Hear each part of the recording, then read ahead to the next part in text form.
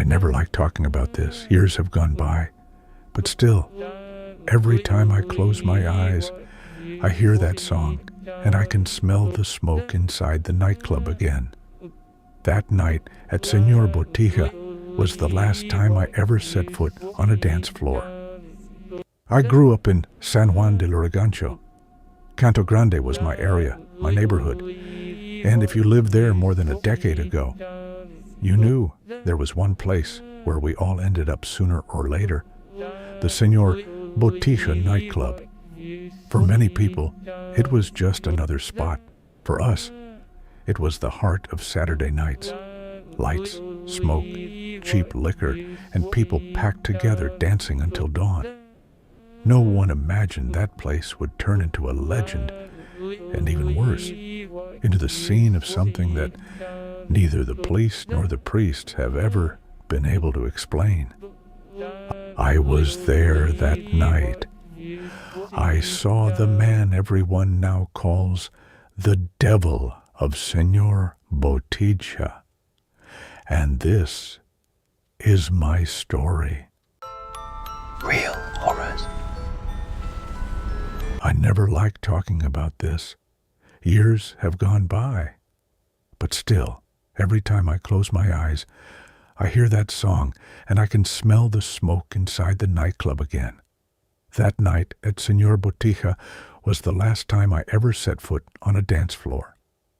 I grew up in San Juan de Lurigancho. Canto Grande was my area, my neighborhood.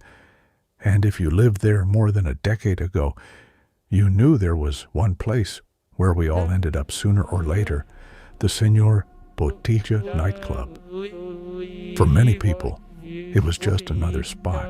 For us, it was the heart of Saturday nights. Lights, smoke, cheap liquor, and people packed together dancing until dawn.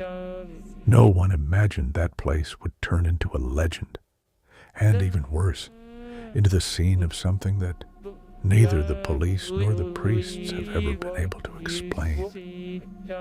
I was there that night. I saw the man everyone now calls the devil of Señor Botija, and this is my story. I was 22, working all week and burning it all on the dance floor every weekend. That night was special. It was a long holiday. The place was packed, and everyone said there was going to be a party until dawn. Señor Botija wasn't just any nightclub. It was tucked away on one of those avenues in Canto Grande that looked normal during the day, full of combis, stalls, and noise. But at night, they changed their face. From the outside, the place was imposing. A glowing sign with the name Señor Botija flickering. An entrance line that wrapped around the corner, street vendors offering single cigarettes, ceviche in cups, anticuchos that left the air thick with smoke and grease. That Saturday, the line was longer than usual. Inside, you could hear the bass thumping, the DJ shouting into the mic, and people pushing to get in. They said there was a drink promo until midnight and that they were going to go off with the reggaeton hits of the moment. When I finally got in, the blast of heat was the first thing I felt. The air conditioning never really worked. The smoke from the machines mixed with sweat, the smell of liquor, cheap perfume, and cigarettes. The colored lights turned slowly, bathing everything in red, blue, and purple. The place had 2 levels. Downstairs, the main dance floor, with a DJ booth at the back. Upstairs, a kind of balcony where people leaned to watch, have a drink, or look for someone to invite for a drink. That night, it was so full you could barely walk. You had to make your way glued to people, dodging cups, careful not to spill your beer. It was there, between shoves and laughter, that I saw her for the first time. A girl who, without knowing it, was about to become the center of the darkest story in SJL.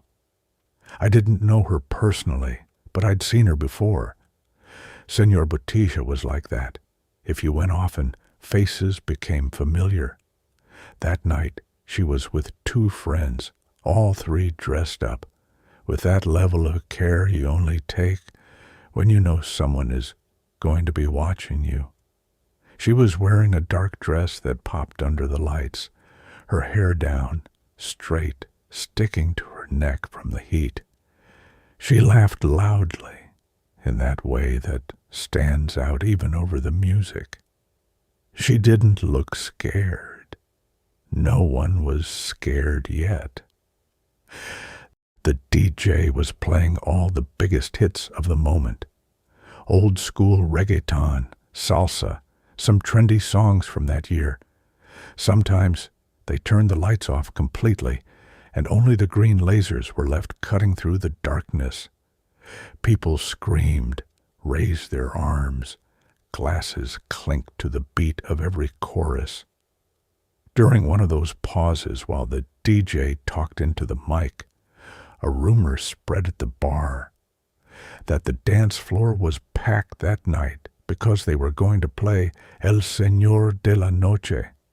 That song many people said brought bad luck. No one took it seriously.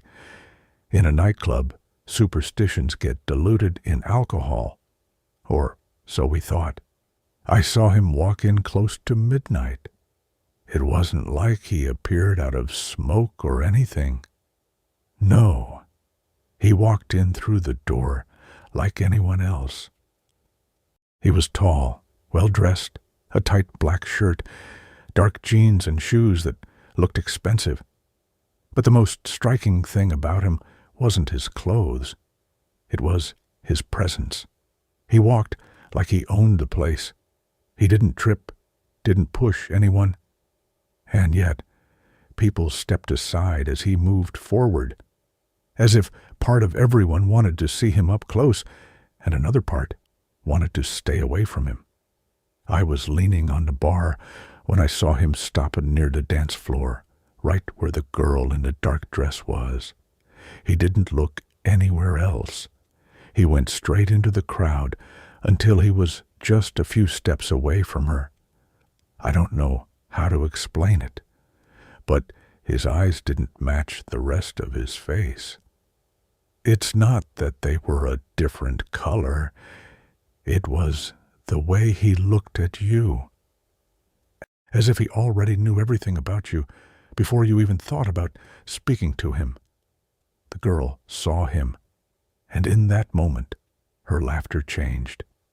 It stopped being that loud, wild laugh from before and became softer, more nervous.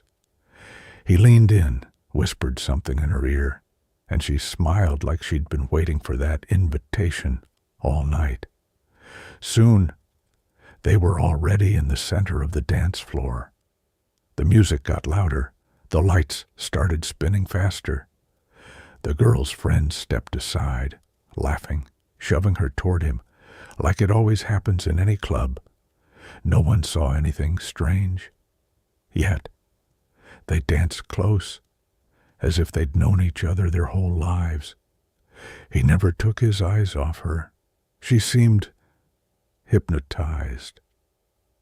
I watched them from the corner of my eye, between drinks, because something about that scene made me uncomfortable.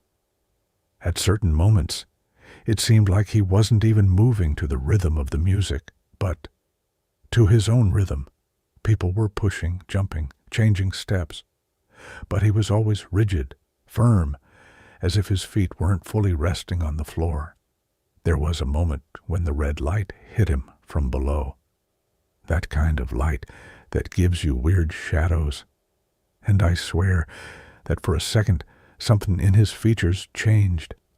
His smile stretched too wide. His cheekbones stuck out more. Then I blinked, and he went back to being the same attractive guy as before. I thought I was drunk, that the mix of smoke, lights, and music was messing with my head. until I saw the girl's face. She wasn't laughing anymore. Her eyes, which had been bright before, were now wide open. As if she were trying to understand something her body wouldn't let her process. And then it started, the first chords of that song. El Señor de la Noche exploded through the speakers. Everyone screamed, some clapped, others raised their glasses. It was one of the most awaited tracks of the night. The DJ cranked the volume to the max. The bass pounded so hard you could feel it in your chest. The lights started firing white bursts like camera flashes. The smoke machine filled the dance floor. It was in one of those flashes that everything changed. First, it was the feet. People say the girl was the first one to see it. I'm not sure, but it was her scream that confirmed it. A high, tearing scream that split the music in two. I looked toward the center of the dance floor. Through the fog, I could see her body convulsing like she was trying to pull away, but something was holding her. I looked down, and there they were. Where there should have been shoes, there was nothing human. What I saw looked like hooves, like an animal's, planted on the nightclub's sticky floor. Black, twisted goat legs, shining with every flash, as if they were covered in some oily substance. The people around them started stepping back, shoving others to get away from the center. Some couldn't see clearly because of the smoke and the lights, but they could feel the panic. Others started shouting, "It's a joke. It's part of the show," until the lights went out completely. The music cut off in an instant. The whole club was swallowed by thick darkness.